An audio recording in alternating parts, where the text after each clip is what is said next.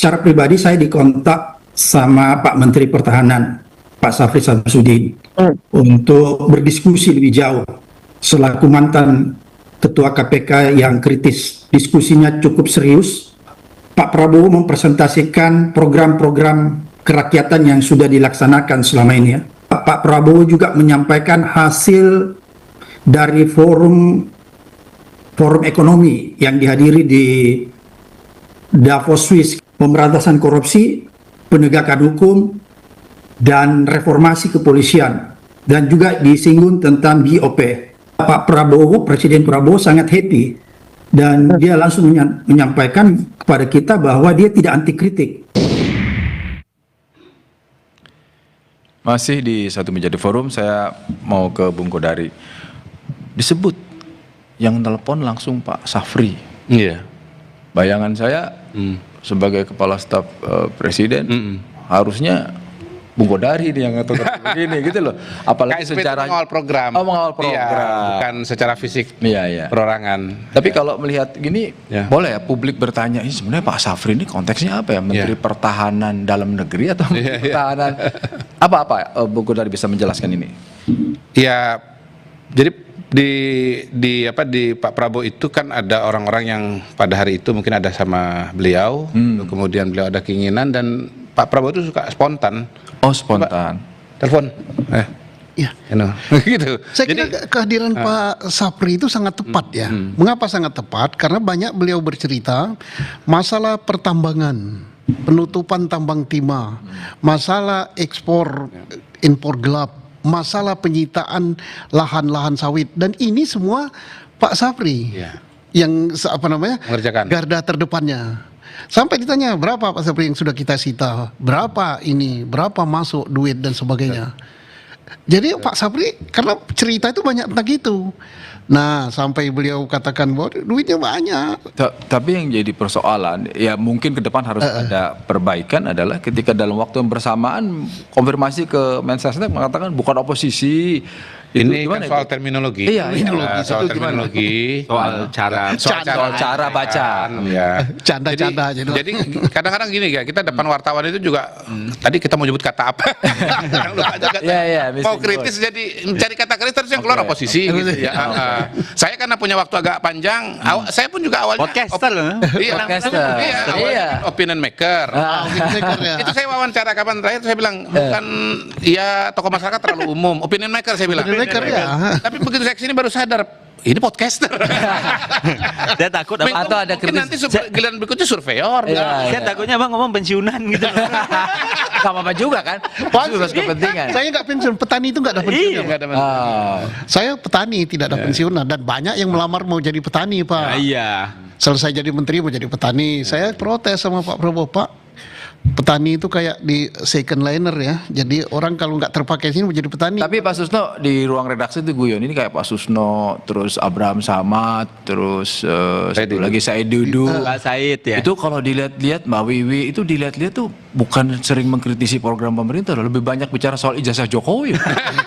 Loh, ini by monitoring gitu loh. Enggak, saya hampir gitu semua ini saya masuki, terutama pendidikan hukum ya. Itu dibahas nggak Pak di dalam? Ada, disinggung. Gimana Pak? Kalau boleh tahu. Disinggung sedikit. Saya kira sikap beliau yang paling bagus gitu. Itulah dia menunjukkan kenegarawanan.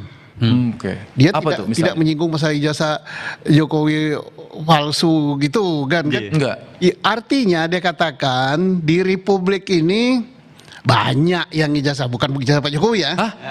Bagaimana Pak? Ulangi Pak. Masuk katanya, di partai saya aja ada yang gelarnya profesor tapi hanya foto doang. Gitu. Apa? Saya boleh konfirmasi. Maksudnya itu mau mengatakan bahwa ya nggak apa-apa lah, nggak usah disoal kalau ijazah Jokowi palsu itu gimana? Sebelum nanti Bang Valdo mau jawab nih. Bukan nggak apa-apalah. Artinya persoalan ijazah palsu itu bukan Pak Jokowi ya. Di Republik ini banyak bener. Kalau dicari mungkin nggak muat lah di penjara kalau mau dimasukin semua. Gitu ya. Tapi kan dalam pertemuan itu konteksnya kaitannya dengan ijazah Pak Jokowi kan. Kita singgung sedikit, tapi artinya beliau itu masih banyak di masalah negara ini yang lebih penting daripada masalah itu yang menyita energi. Itu saya melihat kenegarawanan. Poinnya itu ya, kenegarawanan beliau itu. Dia paparkan kita masalah ini menghadapi perang dunia ketiga loh. kita APBN kita hanya 3.700 triliun, padahal duit kita itu bisa 15.000 triliun setahun. Kita berbicara itu, SD banyak yang roboh. Ini makan energi. Nah, saya pikir, ini hebat kenegarawanan. Termasuk ini Pak Susno, yang seorang saya mau konfirmasi sekaligus. Katanya bisa dibilang kesimpulan, tanda kutip ya, bahwa soal reformasi Polri itu ada dua. Satu bermula dari pucuk pimpinan, yang berikutnya adalah soal kedudukan, tidak harus di bawah presiden. Ya, itu di situ. Itu gimana persisnya? Jadi begini, reformasi Polri itu dalam ngomong-ngomong kita itu kan, karena kita ngomong itu kan tidak kayak pakai moderator gitu kan. Itu sangat penting, dan beliau menyambut positif sampai dibentuk suatu komite percepatan reformasi Polri. Nah, pertama mengenai posisi, ada beberapa masukan. Ada masukan bahwa di bawah suatu kementerian, ada di bawah presiden. Nah, namun kita usulkan tak perlu kita terbawa kepada di mana Polri itu berada. Oh, soal kedudukan. Nah, soal kedudukan yang diminta oleh rakyat itu adalah profesionalisme Polri dan perilaku Polri. Bagaimana sinyal presiden di dalam pertemuan? Nah, beliau katakan beliau terima masukan, dan akhirnya kita berpendapat bahwa Pak, reformasi itu sukses manakala ditandai dengan pimpinan, karena semua di negara ini, di luar negeri, keberhasilan reformasi itu ditentukan oleh orang pertama. Dan beliau sependapat juga. Kapolri maksudnya? Ya, orang pertama siapa lagi di Polri? Susnola sudah selesai. Iya. Okay. Nah, karena ada orang bertanya, apakah Kapolri diganti? Ya jelas, mana mungkin Kapolri akan seumur hidup. Kan tahun 2027 akan pensiun kan?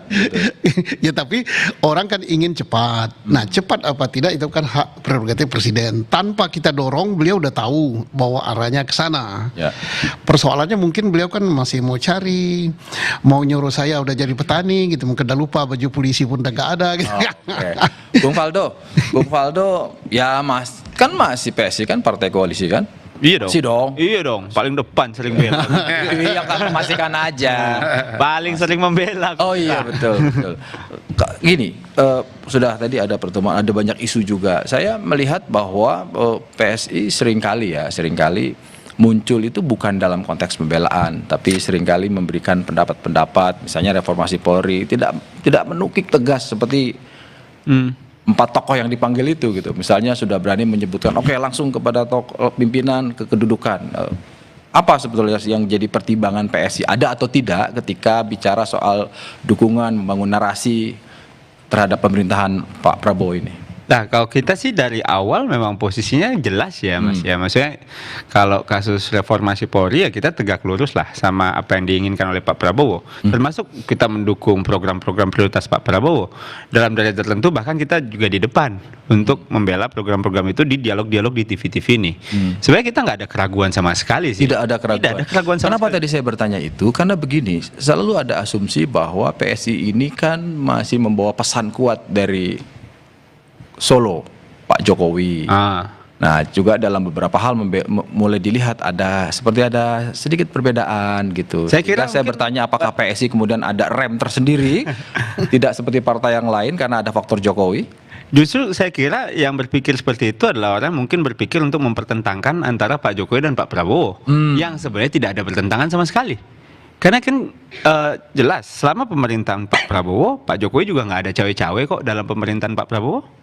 Belum lagi juga ya Pak Prabowo juga mengakomodir anak-anak PSI di dalam situ. Nggak ada alasan kita untuk nggak tegak lurus sama Pak Prabowo. Nah, oleh karena itu kami kira dengan apa yang terjadi, tentunya mungkin kita lebih baik pisahkan saja. Bagaimana kita melihat konsolidasi PSI secara internal ini memang sebuah upaya dan proses yang harus kami lalui biar layak jadi partai. Tentunya dalam prakteknya ya Pak Jokowi membakar semangat kader. Jangan diasumsikan bahwa Pak Jokowi ini lagi membangun PSI SEDES. Kan Pak Jokowi datang bilang, saya bukan kader loh. Saya datang sebagai motivator untuk menyemangati kawan-kawan biar kerja partai itu nggak semudah itu. Nah, belum lagi kalau kita bicara soal bagaimana kita membela Pak Prabowo, sebenarnya sih kita cukup kesepian juga kadang-kadang di Dialog TV, kagak ada teman-teman yang lain, jujur aja gitu loh. Paling stafnya Bang Kodari, kan saya dalam prakteknya kan saya nih yang ke lapangan. Saya kan ketua DPP bidang komunikasi publik, jubir. Mana nih yang lain nih? Berarti jubir PSI dan KSP gitu ya? Yang saya lihat gitu.